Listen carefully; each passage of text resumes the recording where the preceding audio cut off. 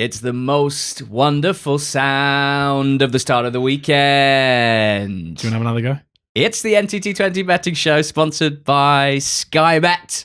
It's for over 18s only. Gambling comes with risks. We're making bets on this week's EFL action. The risks are that you can lose all of your bets. And last week's recap is a quick one. We lost every single bet. We went from the best weekend of the season the previous week to the worst of the season last week, which explains why I've spent this week muttering the words from the poem If by Rudyard Kipling to myself for motivation and to keep myself grounded. You all right? Yeah, I'm good. I wonder if we've ever had both a double donut before. Yes, you're nodding your head. I would have thought so. But we, maybe now's the time, because we don't keep people up to date with our P&L anymore. But maybe now is the right time to mention that we are both in profit this season. And we do have a Google sheet that says as much. So yeah, if you're going to come at us, we've got the data to back it up. Yeah, I could put the Google sheet in the description of the podcast. I reckon if you did that, 100% we would just start losing loads of money for the next, loads of points. For the next night. So the jinx would be me putting the sheet available to look at, not you mentioning that we're in profit for the season. Yeah. So someone who I think jinxes are one of the stupidest things in the whole world, and I hate people that act on them. Yeah. I would like you to not do that, please. Right. Yeah, you are a bit like that. You're always like, new manager bounce doesn't exist, but in this instance, I think it does. It's one of those things. That's almost libel, I think, you saying that. Slander, I think it would be. Spoken rather than written. Right, yes. True. Right. Yeah. Tell me about your nap, George, your best bet of this weekend. League One for me. Yeah. And it's an 11-5 nap, which is a fair price for a nap. I'm putting up Peterborough to beat Port Vale in the plosive derby. But Port Vale are a funny fish. They're a funny case. Early on in the season, they seem to be the very obvious team who are just quite clearly nowhere near as bad as their underlying. So they're nowhere near as bad as their results. The underlying numbers were pretty good. It felt like it was just a matter of time until they got better. But here we are. It is Thursday, December the 18th today when we're recording. And Port Vale are rooted to the bottom of League One. Not only are they rooted to the bottom of League One, there's a 5-point gap between them and 23rd. There is a 7-point gap between them and 20th. They are close to being cut adrift. And Darren Moore is still their manager. I think there are a few reasons for this. One being they, as a club, are not one who necessarily hire and fire very quickly. The owner is someone who seemingly likes to run her club in a way that retains faith in people. And given that Darren Moore delivered success last season, it seems like she is very willing and wanting to hope that he is the person to take them forward. I also think they're quite a smart club. And I think as a club, they will know that for the most part this season, they're in a false position. Because if you look at the XG ratio table for the whole campaign so far, as per not the top table on NTT20.com, Port Vale are 4th, 57.4% XG ratio. But there has been a very obvious trend, a negative trend, I would say, which has been echoed by what we've been told by Port Vale fans and echoed in their results, that the performances are getting worse. Last 10 game, 54.5, kind of higher mid-table. Last 5 game, a negative XG ratio of 47.4, with an XG per 90 going forward of 0.98. So, two things can be true. Port Vale can be in a false position. They shouldn't be bottom of the league. Darren Moore can point to the data and say, look, this is ridiculous. We are doing so many good things. But they can also be one of the worst teams in the league right now. Yeah. And I think that may be where we are. Unlike Peterborough, who have changed manager, another club who do things differently, another owner who I would say likes to show faith in managers and has done so towards Darren Ferguson on many occasions. Yeah, exactly. And the fact that when he sacked Ferguson, that he almost wrote a love letter to him, I think shows you exactly what that's about. But bringing Luke Williams in has quite clearly had a massive shift in terms of their output, their results, but also their numbers, because their underlying numbers have improved. They're now operating at kind of a 50% XG ratio. Watching them, it's very easy to see that is the case. They are, to the eye, much better. They have picked up a couple of quite eye-catching results away from home under Williams. We saw them go to Reading and beat Reading 2-1. Reading, a team who are also having a good time under new manager Liam Richardson. They went to Burton and beat them 1-0 away from home as well. Burton at that time playing well under Gary Bowyer. So these kind of games already under Williams, Peterborough have done well in. So, for someone who looks at league tables, Port Vale's consistent the difference in the market between Peterborough and where they are on the table will confuse people, and I understand that, and I can completely see that. But I think in this case, it might just be that too much back form is being taken into the equation when weighing them up as a football team, when we can actually focus in on what's going on right now. And there are reasons, because negativity and poor results can themselves create a bad culture and can cause downward turns in form and other things. There are reasons why Port Vale would get poorer. So I think Peterborough should go into this game, by no means the big outsiders within it. And if this goes by results, then they should be a much shorter price than 11-5. So yeah, Peterborough to go on the road and get another big win for Luke Williams is my nap at 11-5. Yeah, 11-5, chunky nap price. 11-4, chunkier. Kit Kat chunky. Bristol Rovers, 3.75 the decimal, 11-4 the fractional to beat Crewe. Hate that. To beat Crewe on Saturday. Why? Well, Steve Evans is the new Bristol Rovers manager, and Bristol Rovers have lost 10 league games in a row. Steve Evans has managed. I really love this from a betting point of view. This is one of the most excited I've been about a nap all season, just because it feels different. Feels right. Steve Evans has managed over 700 games in the EFL across a number of different teams. What does that give us, George? It gives us sample size. Big data. Evans in particular has almost always been hired by teams that need to stop losing because they're bad. Firefighter. So let's see some of his previous. Rotherham took over after relegation had been confirmed from the Championship. A historically poor Championship side. Liam Richardson had just left, having won 2 of 24. Evans came in, got a 0-0 draw with Birmingham, which was seen as a great point. Lost the next one, and then won on final day. I would say overall, a small impact, a visible impact of sorts, even if he didn't win his first game in charge. Stevenage, when he became their manager, they were 22nd in League 2. They were 3 points above the relegation places after a 9-match winless run. He lost his first 2 games, then won 4 of the last 7 to finish the season, got them away from the relegation zone. Had an impact, didn't win his first game in charge. Peterborough, they'd lost 7 straight when he came in. They'd won the week before under the interim, then he joined. He won his first 2 games back-to-back. Definitely had an impact there, short term. Mansfield, they'd won 1 of their last 11 matches. They were 3 points off the relegation zone. He won his first 2 games. He had an immediate impact at Mansfield. Even at Leeds, remember, without a home win all season, Uwe Rosler had won only 2 of his 11 league games in charge and had lost the last 3 before being sacked. Evans came in, they drew the first 2 away from home, lost the third, won games 4 and 5. Didn't win his first game, but had some impact. I think, based on that and what we know about Steve Evans, that you can say about him, probably with more certainty than almost any other manager, that he generally has a pretty quick and positive impact on results, even when arriving into teams very low on confidence and form, such as Bristol Rovers, who have lost 10 league games in a row. They're up against Crewe, a team who I like at the moment. I picked them for a good month on Good Month, Bad Month at the start of this month.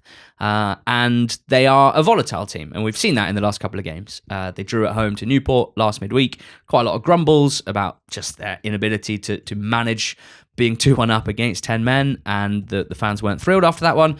But they picked up on the weekend, 4-1 win at Tranmere. Brilliant away day for the fans. 9 shots total, so not creating loads, but created some big chances and took them to the tune of a 4-1 win. Lots of threats at the moment. Tesgill and O'Reilly, the 2 low knees in particular. But also issues at right back, where Callum Aegis, who's been playing most of the season as a left winger, played right back against Tranmere, did well, but it's not his natural position. At centre back, with Mickey Dimitri out injured, they've had to move Lewis Billington across. They are one of the smallest and physically slightest teams in League 2, and because they almost always are small, technical rather than physical, and because Steve Evans' teams are always physical rather than technical, I thought it'd be interesting to look up his career record against Crewe, Alex. This is when the research really pays off, because of all the teams he's managed against more than 10 times in his career, and there's plenty of them, he has the best PPG record against Torquay, 2.23 points per game. Then Cambridge United, 2.19 points per game. And then Crewe, Alex, he's beaten 7 times in 11 games. This isn't really about Crewe. For me, this is about Bristol Rovers and Steve Evans and what I think he's going to do in the opening few weeks.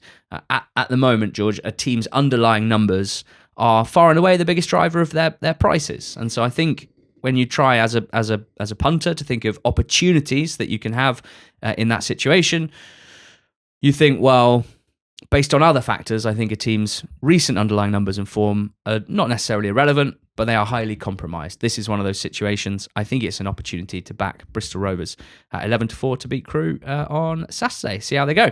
What's your next best? Yeah, I've had a couple that I was interested in, and I'm just going to fall on the side of Hull to beat Baggies on Saturday. It's definitely an interesting championship slate this weekend. It's a great, mate. Yeah. Every single championship slate is both interesting and great. I was tempted by Leyton Orient at home to Bradford because there was not much between them in the betting, but this morning Orient have been absolutely smashed up, which is the way I would have gone there. So I'm going to side with Hull over West Brom. A look at the prices here. I mean, Hull are being backed this morning, but West Brom are 29-20 to Hull's 9-5. So West Brom are favourites away from home against Hull. And I can't really work out as to why, because even if you take a pretty dim view of Hull this season, and there is some reason to do so, as per their defensive issues, the failure to keep many clean sheets, the running kind of pretty hot from an attacking perspective, with Joe Gelhardt obviously out here as well with his injury, I can see why the market won't align with the table. But there are also loads of reasons to be really positive, I think, about Hull, and especially Hull right now. Two of which are their last two performances, which might, in terms of their, they've won a lot of games this season, they're performing very well. Hull fans are dreaming of what might be possible. But the manner of their performance against Wrexham in the 2-0 win, where Kiefer Moore missed penalty, which was obviously very crucial in the game at 1-0. I think it was a 1-0, maybe it was a 2-0.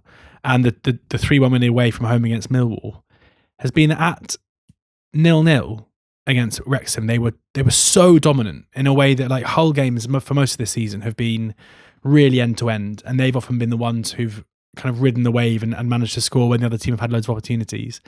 Here it was the opposite. Like, Wrexham missed two massive chances, one from Moore in open play and one from the penalty spot. But apart from that, they had very little, and Hull were pretty rampant against them. And that's a decent defensive side in Wrexham. And similarly, they went to Millwall, a team who are very good, and they scored twice within the first 15 minutes, and they restricted Millwall to very, very little within that game. And were fully deserving of their 3 points.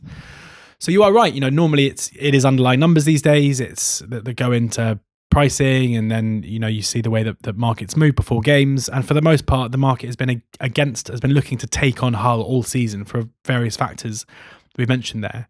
When you also consider that Liam Miller and Mo Balumi, two key players who've been out for a long period of time, both came back into the team and started at Millwall. When you consider that Ollie McBurney, who was sensational for them to start the season, came off the bench and scored, there are loads of reasons, I think, to be positive about Hull going into this game. And I cannot understand why they're the outsiders at home here against the West Brom side, who were really good against Blades. Of course they were. It was a great performance. And it was one that Ryan Mason needed. But this is still a fan base who haven't liked what they've seen for the most part of the season. This is a... Seven consecutive away defeats well, there you go. in the league. So I can't work out why Baggies are favourites. So yeah, Hull at 9-5 is my next best. Goalscorer Corner. And you know what? Mo Balumi was on the long list but didn't make it into the short list. So I do think he's worth a second look playing in the Gelhardt role. Definitely plays it differently to Gelhardt, and Balumi's average shot is from about 10 yards further out than Gelhardt's, but he is some player, and I think Hull's price makes him an interesting price. But Goalscorer Corner this week is being kind of brought to you by one specific metric, which I find very interesting. And it doesn't have the word expected in it. How exciting is that? This is shots inside the 6-yard box. Okay. That's what I like to look at, because I actually think you can discover some very interesting stuff when you look specifically at shots within the 6-yard box. Because, George, shots within the 6-yard box are good shots. Wow. They're really good unless shots. It's like a back heel, a volleyed back heel. You're close to goal. Sometimes it just needs to hit you and it goes in. They are high tariff shots. These are there are some really interesting trends that you can find by just looking at shots inside the 6-yard box. And that has led me to 3 picks. The first one, the strongest one for sure, and the 1-point play is Kieran Zinedine Green of Grimsby. They are at Bromley. He is 7-1 to score any time with Sky Bet. Kieran Green has had the most shots inside the 6-yard box in the entire EFL this season. He has 0.8 shots inside the 6-yard box per match. And he scores goals. Anytime has landed in 6 of 21 in all comps this season. He has taken 2 shots or more in just over half of his league games this season. And 13 of his 31 shots come inside the 6-yard box, 42%. So he's someone that gets shots in good areas. Even if he is nominally a central midfielder, he gets inside the 6-yard box and on the end of chances more than anyone else in the entire EFL. And 7-1, I think, represents value on that basis alone. Bromley, good side at home, haven't lost yet this season at home, but only kept 3 clean sheets in their 10 home games. I know that Zinedine Green comes up a lot on this show, and it's because I think he's overpriced. I think he has been for a while, and I think he continues to be. 7-1 anytime, 1 point. Cameron McGeehan, another huge 6-yard box merchant playing in a kind of attacking central midfield role. He's 9-2 to score anytime for Northampton against Wimbledon. I had that frustrating situation a few weeks ago where I tried to put him up anytime. It turned out he missed that game. Wheatley scored instead, who was the other one that I wanted to back from Northampton. So let's see if McGeehan can make up for it at home to Wimbledon this weekend. He has 0.6 shots per match from within the 6-yard box. He gets into that position as soon as the ball is wide. He's really good at picking up scraps from set pieces. He has that knack. And if you consider that Owen Bailey is kind of the premier midfield goal scorer in League One this season, his XG per 90 is 0.21. McGeehan's is 0.24. So they are pretty much on a similar level in terms of the average quality of chances they get per game. He's had a shot on target in 9 of 13. And even if you stretch back to when he joined Col U 2.5 seasons ago, anytime has landed in 19 of his 90 league starts, so just more than 1 in 5. So at home to a Wimbledon side, not in classic nick at the moment. I think the 9-2 about Cameron McGeehan anytime is decent value, 1 point play. And then the biggest surprise of the lot, the biggest gasp of the inside the 6-yard box research was Jack Grimmer of Wickham. The criminal. Yeah. I'm putting 0.5 point on him to score for Wickham against Bolton at 14-1. He's had 8 shots inside the 6-yard box this season. Only 4 League One players have had more shots inside the 6-yard box than Jack Grimmer. That is where he resides when he gets forward. And in his last 4 games for this Wickham side, playing right back, he's had 2 shots, 2 shots, 3 shots, and 2 shots. So there is reason to think that Grimmer, at the moment, not only gets opportunities in different ways, but also gets them very, very close to the goal, and therefore should have some good opportunities in the next couple of games. 0.5 point on Jack Grimmer at 14-1 for Wickham against Bolton. That joins Cameron McGeehan, 1 point anytime, 9-2 Northampton against Wimbledon, and Kieran Green, 7-1 anytime for Grimsby at Bromley, a 1 point play. Yeah, I got 2. One is in my nap. Harry Leonard is 5-2 to score any time for Peterborough. He scored 4 goals this season, he scored 6 goals this season, I should say. He had scored 4 until last weekend, but he looks to me to be like a bit of a goal-scoring sensation. His 6 goals come from 6.48 XG. From 37 shots per 90, he's averaging 0.57 XG per 90. So in that sense, he should never be 5-2 to win any game, to score in any game. But away from home against bottom of the league in particular. XG on target per 90, 0.53. He's on penalties. He's already scored 2 of them. Yeah, I mean, he's a proper goal scorer, and for him to be 5-2 away from home at Port Vale just seems a huge bet to me. And he's someone that I think will be pretty high up the goal scoring charts come the end of the season. Like it. And then, so 0.5 point there. Or, yeah, 0.5 point there, why not? And then 0.5 point on Efron Mason-Clark. To score any time for Coventry away at Southampton. I think this game just basically screams goals, doesn't it, really? And trying to find someone who's value to get one of those. And I can't really understand why Mason Clark is 9-2 when you've got like Jay Robinson's 11-4, Cienza's 5-2, Torp is 11-4, even Radoni, who hasn't scored yet, I don't think, is 130. I don't see why a player who's going to be playing wide left, who gets into pretty good locations, who scored last time out, is in good form, why he should be a much bigger price than anywhere else. So, Mason Clark at 9-2 and Harry Leonard at 5-2. Yeah, and with Saints' right wing back Tom Fellow spending a lot of time right up the pitch. Yes, sir. opportunities you'd think for EMC off the dribble. It's time for the Eggman, the fivefold Acca. Probably rebrand it as the Eggnog this week. Yeah, lovely. Given Christmas tree. Lovely. I don't think I've ever had. And then the Easter egg man. Yeah, in a few months. Yeah.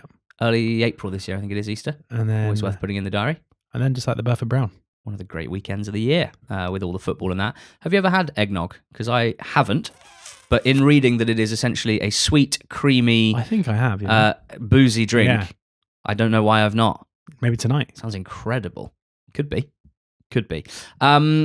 Can you tell me who your Acca swerve is before I do my Acca, just in case? Yeah, Cambridge. Oh, we're fine. Huge respect for Cambridge and what they're doing, as I said the other day. You've always respected Cambridge. I mean, I love everything about them, really. Yeah. No, like I do think they are a good team. I think they're a team who are going to be successful this season. As we spoke about on the Monday pod, I think they'll be in and around the playoffs for sure. But they're 4-6 at home to an Accrington team that I also think are quite good. And I think Accrington's recent results show they're quite good and their performances are quite good. And given Cambridge's general approach to games of football, where it's, the goal line is driven down, there aren't many goals, a low scoring game here, I basically think a 4-6 shot about a game in a game where unders, I think it seems like a massive unders game to me, is always a bit of an avoid. Mm-hmm. So yeah, because 0-0, 1-0, 0-1 are all big runners basically. So I would have Accrington as being a big price here and therefore swerving Cambridge. Okay, that's been swerved. The Eggman, the Eggnog this week, a fivefold Acca. It's at 52.81, so just a little longer than 50 to 1. It's a rare one where I'm actually not putting my nap in there. Bristol Rovers. 2 reasons, really. The bet itself, as I explained, is kind of theory-based, if you like, at the price. I like it as a single, and it's a Friday night game. I've got Saturday afternoon with my brother celebrating Christmas, and I want to enjoy an Acca with him, so I'm going to focus on Saturday games only here. Charlton to beat Oxford United at the Valley on Saturday. Charlton are on terrible form, George. Yeah. They can't possibly win a game, but really tough fixtures, you have to say. They've lost away at Wrexham and Stoke and Coventry. They've drawn at Birmingham. Their home games in that run, only the 2 of them, happen to be against the 2 possibly the most sparkling teams in the league at the moment, not named Coventry, Southampton and Middlesbrough, against whom they lost at 5-1 and 2-1. So the home record over the course of the season is still pretty good. And crucially, and unfortunately, I'm afraid to say, Oxford are a completely different prospect to Birmingham, Middlesbrough, Coventry, Stoke, Southampton, and even Wrexham. I like this one tactically from Charlton's point of view. Oxford are not likely to slice them open like Saints did, like Borough did, like Coventry did. Those sorts of teams can kill you if you go man for man across the pitch. And Charlton got killed. But I don't think Oxford are likely to do that. From my point of view, it looks like still trying to find out the best way to attack, to be a consistent attacking threat from open play. That has led to some interesting selection decisions that you talked about on Monday, for example. Yep. I think Charlton are going to be able to, much more than they have recently, do what they do best, which is kind of keep the pressure on, keep that intensity on, get some confidence back. A couple of injuries for them, but generally, based on the last squad, Jones can select a pretty good starting 11 and have quite good options off the bench. Oxford, I'm pretty down on at the moment, and it doesn't feel like everyone's necessarily pulling in the same direction, which is the sort of grit that you need in the in the relegation battle that Oxford are in. Dare you? Got a pretty horrendous record in matches against bottom half teams this season. Pretty incredible record at the Valley, though, as you well know. Yeah, did Kieran Brown? No, Oisin Smith score a banger? Yeah, that was an amazing moment. Saved Des Buckingham's job. Mm-hmm. Had a game there a few years ago. I think it was just before Carl left and then came to us, where we scored twice in injury time. Todd Kane and Ryan Ledson, 23-2. Jefferson Louis famously scored a penalty when they were a Premier League team. I've had more good trips to the Valley than to the Kassam Stadium in my life. So, yeah. Charlton win this weekend. Peterborough, they're in there as well. They are your nap, and I like them for all the reasons that you outlined. I've also got Barnsley in League One. They're at Exeter. I do feel like I pick against Exeter quite a lot, and unfortunately it's because I don't think they're a very good team. They have picked up 70% of their points at home, but they haven't played any of the top 8 at home yet, Exeter. And I think the budgetary situation at the club means that they right now in this current League One find it incredibly difficult to go toe-to-toe with any of the top 8 budgets, the top 12 budgets. Barnsley right now have some serious threats. Davis Keillor-Dunn is the top scorer in the league with Salek. Reyes Cleary, the last few weeks, has put together a string of performances, the likes of which you don't often see at this level. But also Patrick Kelly's really come on strong. I think Harahan's just found a good balance in the last couple of weeks, and some good results have followed. Barnsley, not an easy team to... Exeter, not an easy team to score against, but Barnsley have the players to do so, and I think they're a good price. Doncaster are in there as well. They're at home to Argyle. Now, Donny are in horrendous form. Argyle were in horrendous form, but have won their last 2 games 1-0. Both of them very smashy and grabby, grit and grind. And, there is probably some benefit to bring in some more experienced players, Joe Rawls in midfield, for example, but also on the balance of play, Argyle's performances haven't improved massively. Donny are massive data outliers at the moment. Their 10-game XG ratio is 58%, so across a 10-game sample, they are having the better chances in games. They're just not taking them. Argyle's in the same stretch is 36.3, so broadly, the opposition having 2 chances for every one of Argyle's within games. Donny, look, their confidence might be low, but I think you can definitely question both teams on a sort of personality level. Argyle's response to going behind has been poor in most games this season. And I think, based on the numbers in particular and the performances, there's one team of these two that works better as a football team in terms of the sport's core objectives, having shots and reducing the opposition from having shots. I think Donny are the better side and should win this home game. And then Barnet at home to Salford to finish it off. Yeah, I mean, we're very pro Barnet on the show. That hasn't necessarily been flushed out in results yet. Salford are 5 points above them, but most of Salford's best stuff has come at home this season, and their away record against top teams not great. Lost 2-0 at Walsall, at Bromley, at MK, at Chesterfield. I think Barnet are in that conversation still, even if they are 13th in the table. So at 52.81 with Sky Bet, the Eggman, the fivefold Acca, Peterborough, Barnsley, Doncaster in League One, Charlton in the Championship, Barnet in League Two.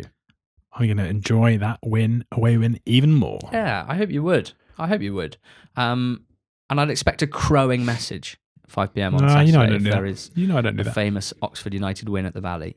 What's the joint bet? It's back to a 6-fold BTTS. Yes. Acca, last week we went unders, 4 out of 6. Not great, not terrible, could be better. See how we go this weekend with BTTS 6-fold. Who are you popping in there? Preston Norwich, first up, basically Norwich under Philippe Clement. Seems just to be a team to follow for goals. Attacking players such as Makamo, who got a brace last weekend. Really kind of coming to boil. There's still some defensive issues for sure. And Preston, we know they've got the attacking players to trouble teams, and another team who are pretty good to follow for goals in the Championship. And then in League One, I've got Leyton Orient Bradford. Bradford, a really good attacking side who I think will have some joy on the road. But as I mentioned earlier, I think Orient value to win the game, and they themselves under Wellens can often rack up a score. And then Oldham Tranmere in League Two. Oldham have gone from being a team that created, missed loads of chances, to now a team that created, missed loads of chances and also give up loads of chances as well, which isn't ideal. Tranmere, on the other hand, shipping a lot of chances in games. The win over Grimsby and Barrow probably covered up some cracks, and they were really sent packing by Crewe last time out, but they, like most teams, will show some joy against Oldham. So Oldham Tranmere, Leyton Orient Bradford, and Preston Norwich. Yeah, I've got Doncaster Plymouth in League One. Bit awkward having Donny in the Eggman and then BTTS here as well. I do think goals are possible. Donny have kept, I think, 1 clean sheet in the last dozen, but should create plenty. Talai back for Argyle will be big. If Cleverley decides to put him straight back in, they have just won the last 2 games to 0 without him. So it'll be an interesting one from a kind of man management point of view for Cleverley, given that Talai is obviously their best attacker. But he might want to reward those who have done the business in his absence. Rotherham Huddersfield, just because Rotherham's last 2 games have been defeats to 0, but where I think they've played really well going forward. I am encouraged by Rotherham's attacking improvement pretty consistently throughout the last few months. Huddersfield, a team who we know have threats like Castledine, But they're a spells team. They're not a 90-minute team, and I think BTTS is a shout in that one. And then Swindon Crawley, I don't think needs any explanation. Very much the vibes game of the weekend between two very goalsy sides who don't love defending. So the sixfold BTTS, yes, Acker has Preston Norwich in the Championship. In League One, Leyton Orient Bradford, Doncaster Plymouth and Rotherham Huddersfield. And in League Two, Swindon Crawley and Oldham Tranmere. It's at 19.81 with Sky Bet. And that takes us in to what should be a pretty entertaining weekend of EFL football. We'll break it all down for you on Monday before we break up for a little Christmas period off. George, yeah, please recap your selections. My nap, Peterborough to win away from home at Port Vale at 11-5. Hull, my next best at 9-5 at home to Baggies. Goal scorers Harry Leonard at 5-2. Anytime for Peterborough, and Efron Mason Clark at 9-2 for Coventry away from home at Southampton. And I'm swerving Cambridge at home to Accrington Stanley. When you read the name Efron Mason Clark, because Efron and Mason both finish with the same but pronounced slightly differently, it throws me. Yeah, it makes me want to either do Efron Mason Clark or Efron Mason Clark, which I think probably sounds more fluent. Efron Mason Clark. Efron Mason Clark. My nap is Bristol Rovers. Steve Evans's Bristol Rovers to win at 11-4 at Crew Alex on Friday night. That one, I've got 3 goal scorers. 1 point on Kieran Green to score anytime for Grimsby at Bromley at 7-1. 1 point on Cameron McGeehan to score for Northampton at home to Wimbledon at 9-2. And half a point on Jack the Grimmer. 14-1 anytime for Wickham at against Bolton. The fivefold Acker this week has in it Charlton, and it has Peterborough, and it has Barnsley, and it has Doncaster, and it has Barnet, and it's at 52.81 as we record with Sky Bet and the BTTS sixfold. To recap, Preston Norwich, Doncaster Plymouth, Rotherham Huddersfield, Leyton Orient Bradford, Swindon Crawley, and Oldham against Tranmere. Thank you so much for listening and or watching this show this week and every week. We're getting to the end of 2025. That makes us feel reflective. We're going to be putting out a Christmas special episode of Dear Ali and George, which is our podcast that we do for paid subscribers of ntt20.com. That's just because over the Christmas period, I'm certainly someone that absolutely loves the idea of having some fresh content to listen to in the bath just to get away from the family for 45 minutes or so. So set it on record. Yeah, do consider heading to ntt20.com. If you like the sound of that, we're going to kind of recap 2025 from a personal and a business point of view as well, and answer some of the questions from our subscribers. With thanks to Sky Bet for sponsoring this podcast, and to you for listening, and to the Reverters. I hope they have a great Christmas. Yeah, me too. Go well.